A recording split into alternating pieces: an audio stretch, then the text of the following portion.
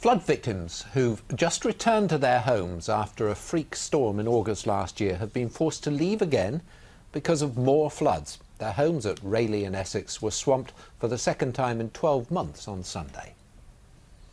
Mobile phone footage of the moment a road became a river.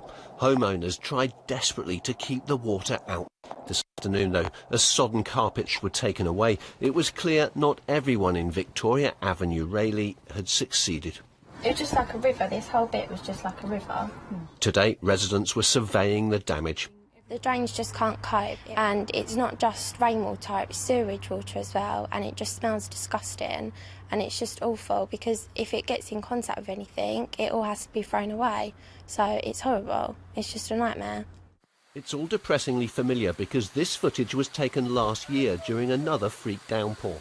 11 months virtually to the day, we'd gone through the same thing, trying to save your house for 4 or 5 hours, and it was just like history repeating itself. Unfortunately, it's just the amount of rain that comes down in such a short period of time. You're just constantly trying to battle, and it's always a losing battle, unfortunately. The floodwaters receded just as quickly, but residents are worried building more houses will put more pressure on the drains and lead to more floods. Linda Kendall from the Rayleigh Action Group showed me some land under consideration for development, a prospect that horrifies her.